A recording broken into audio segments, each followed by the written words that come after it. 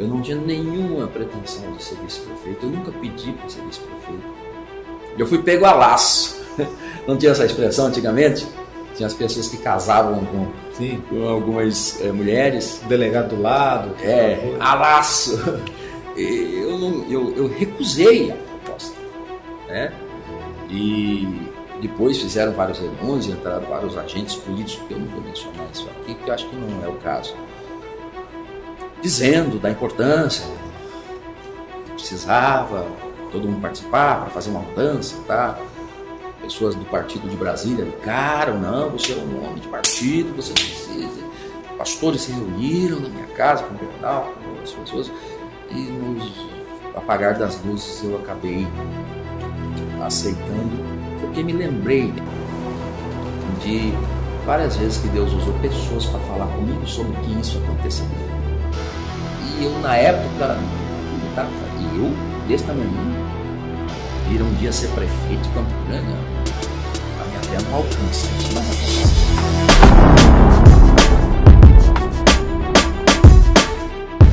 O senhor fala que não há improbidade. Por exemplo, esse último agora que está na imprensa, os cemitérios. Ele superfaturou. Superfaturou o quê? Antes tinha 2 objetos.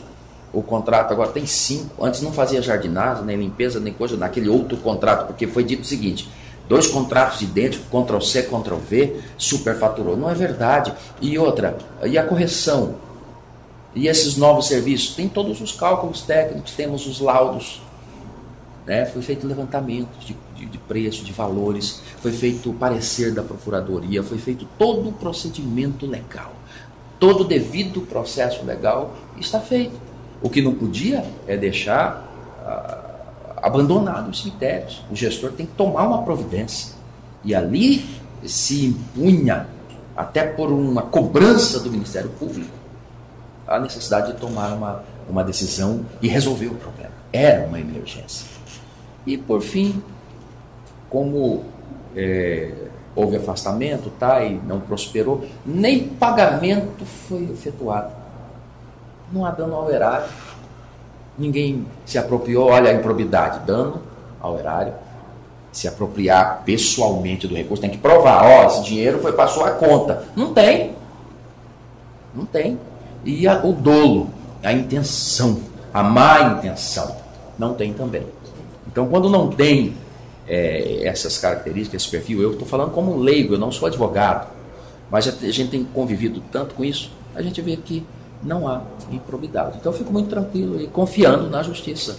É fato, claro, olhando para a história do senhor, que as intempéries, as dificuldades da sua trajetória na vida pública recente, elas não foram muito fáceis, nem foram muito comuns. 2016 foi um exemplo disso. A mão pesa um pouco mais para o Gilmar Holart, o senhor sente isso? O senhor até chegou a dizer no tribunal, todo mundo odeia o Cris, e colocou essa metáfora, no caso, que é muito além, eu acho, talvez, só da sua pessoa. Quando a gente fala de figura pública, vai muito além de uma pessoa. Tem 3 pontos importantes. Primeiro, é emergente. Eu sou de uma família simples, meu pai é corumbaense, nasceu e se criou na fazenda, hoje já está no céu, e veio estudar com 12 anos. Minha mãe é campograndense, descendente de gaúchos, uma mulher simples, comerciante, e que não tem nenhum vínculo com famílias tradicionais. Nossa família é grande, família Antunes, família Holart, família de pessoas lutadoras, trabalhadeiras, mas é uma família sem aquela expressão de famílias tradicionais. Então eu sou um emergente. Segundo, eu sou evangélico. Tudo que fizeram contra mim sempre colocava a primeira questão do evangelho. É o pastor. Então de bater o pastor. É o pastor. É o pastor. Então aí você sente uma pitada de objetivo de macular, principalmente perante a base que nos elegeu. E terceiro, a gente entende, e aqui eu vou fazer uma metáfora para que as pessoas entendam. Lembra quando a gente era guri, ia jogar bola e a gente era meio ruim, ou então meio gordinho? Aí escolhia todo mundo, É o último. Então ficava no gol, né? Não, esse aqui, ou então fica no banco, você vai entrar depois. É mais ou menos isso, né? O Gilmar não. Todo mundo passou a entender que o Gilmar não deveria participar. Mas aí vem a questão, por exemplo, esse segmento que o senhor faz parte, que na política decidiu em 2014 muito na eleição do Reinaldo Zambuja para governador. Decidiu em 2012. Decidiu em 2012, quando o Alcides Bernal, como candidato a prefeito, assume a ponta, cresce a vantagem em relação ao segundo colocado e se mantém depois até o final. Decidiu em 2016. Decidiu em 2016 também. Prefeito e vice evangélicos. É um segmento que bota muito medo nos políticos tradicionais, na política em geral, porque é um segmento que cresce muito na sociedade brasileira e decidiu também na eleição de 2018 do Jair Bolsonaro. Eu não diria que coloca medo, porque não é... Isso é uma coisa natural.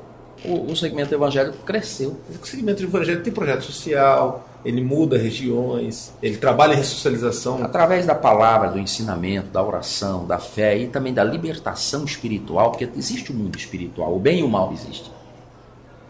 Ele recupera muitas pessoas e reinsere a sociedade, ele reestrutura famílias, ele trabalha na libertação de dependência química, seja do álcool, da droga, e isso traz um fruto social fantástico. E estas pessoas, depois que têm um encontro com Deus e no mundo espiritual são libertas da opressão de demônios, que existe, isso é uma realidade, elas passam a ser pessoas leves, novas, diferentes, e elas nunca mais deixam de seguir a orientação da fé. Então elas vão pela Bíblia, elas vão pelo aquilo que o Espírito Santo, que passa a habitar na vida delas, orienta.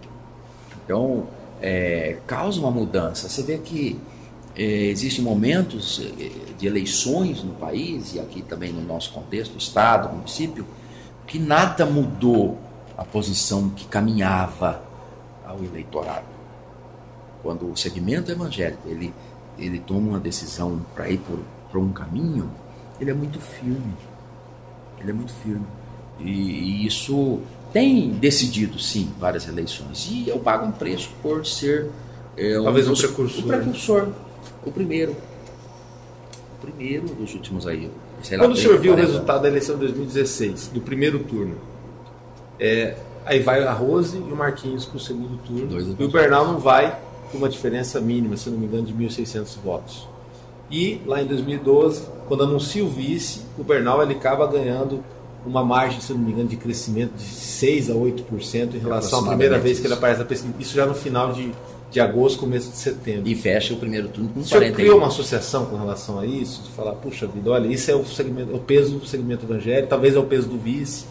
Se você olhar para a história, você vai ver que muitos homens pagaram preços altíssimos, por desbravarem um projeto, ou lutarem pela sua sociedade, ou por ser o primeiro. Se você olhar, guardado a devida proporção, eu sou desse tamanho, mas nós temos um Nelson Mandela, que empunhou uma bandeira em favor do seu povo, e ficou 30 e poucos anos na prisão. Quando sai de lá, vira presidente da África, né? Nós temos muitas situações, nós temos aqui no Brasil, lá atrás, pessoas que empunharam uma bandeira e foram esquartejados, foram mortos, os pedaços foram colocados nos postes. Então, só que a mudança veio e alguém paga um preço. E é importante esse espaço de a gente poder, muita tranquilidade, com muito respeito a todas as instituições, tá? Falar, porque a maior tranquilidade que eu tenho na minha vida, e por isso eu sou sereno, porque eu e Deus sabemos que nossa passagem pela prefeitura não houve dolo, não houve roubo, tanto é que ninguém mostra um lugar e fala, aqui você roubou. Por que eu me fico indignado quando vem uma sentença e diz assim, superfaturou? Não é verdade. Um objeto de contrato tinha 2 itens, no outro tinha 5. No outro tinha jardinagem, tinha um monte de outros serviços, né? E outra, exigências do Ministério Público para fazer impermeabilização do solo, para não contaminar o lençol freático e não prejudicar a saúde da população. Você toma as providências e depois você é condenado por uma coisa que foi cobrada de você. Pouco tempo também, né? 1 ano e 5 meses para tocar uma prefeitura. Mas fez-se muita coisa. É que a fumaça... O senhor acha que trabalhou com uma pressão política, um calor político anormal para qualquer gestor? Anormal. Porque o teu rival era o teu antecessor, que era o prefeito eleito, e o senhor era vice dele. Campo Grande dizem que foi talvez o período mais tumultuado da política da história da cidade, até por conta do que antecedeu a tua chegada, briga Câmara versus Prefeitura, e depois uma briga Câmara versus Prefeitura, que seguiu de outra maneira também. Veja bem, é um momento muito difícil. Com 30 dias que eu estava na Prefeitura, o Gaeco entra na minha casa e devassa tudo e abre processo, faz, e não acha nada. Porque não tem o que achar. Não tem o que achar. Sei lá, 90% dos itens da denúncia é a declaração do meu imposto de renda. Eu chego no juiz e tiro um contratinho, aquele verdinho da financiária imobiliária, do terreno que seria fruto de corrupção, mas foi provado que eu comprei em 80 e poucas parcelas lá em 2005 o terreno.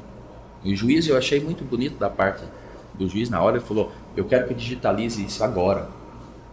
Então assim, ele percebeu, tudo foi provado na justiça, né? E eu confio na justiça. E alguém pode dizer, mas o senhor tem alguns resultados negativos na justiça, mas eu estou recorrendo, mais cedo ou mais tarde, eu acredito que virá à tona a verdade. E a verdade, ela, enquanto a mentira vai caminhando, ela fica escondida, mas quando ela chegar, a mentira cai por terra.